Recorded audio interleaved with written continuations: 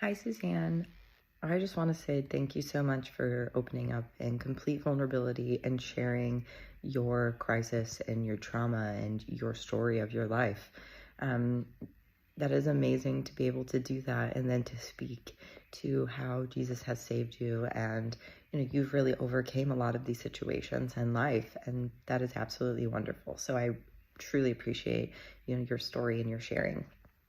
Reading it was intense. There was a lot happening, and progression through it. And to see that the end result was you wanting to commit suicide and seeing that danger and that almost end of life for you, but to see the amazing turnaround of the opportunity to know Jesus, to get to know him and to further your life and to becoming some type of counselor or pastoral counseling. It's amazing. It's remarkable. There are truly no words for how inspiring your story is and how wonderful it is to see this. I understood the paradox through it. It was very well written. The condensement of your story of childhood was extremely well written. Everything throughout was just magnificent. So I really appreciated everything and am in awe of all around the whole discussion board. And I think that I 100% agree with what you're talking about of these, the evidence from the James and Gilliam's text of, there's evidence that show that these can have continuing last, but then we also know that Jesus can come in and save us and that he can help us to heal and move forward. Praying against these generational curses is one wonderful way to do that.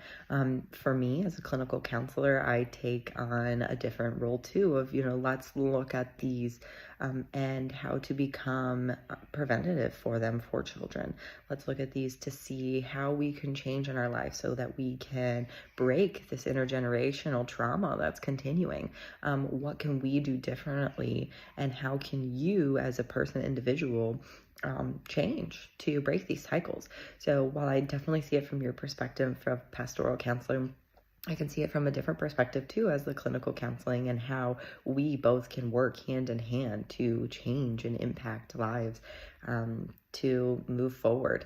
I think there's great collaboration in both of these different types of counseling, and that your story is a prime example of how this could, people's lives could be changed.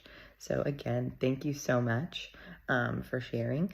And I just want to continue to challenge you to look at different ways too that you could help somebody in your field. Not necessarily just through prayer, but what else could you do through connectedness of counselors or social workers or whomever it may be, to allow you to continue to help impact clients you serve and help them along their journey, just as you had help in yours.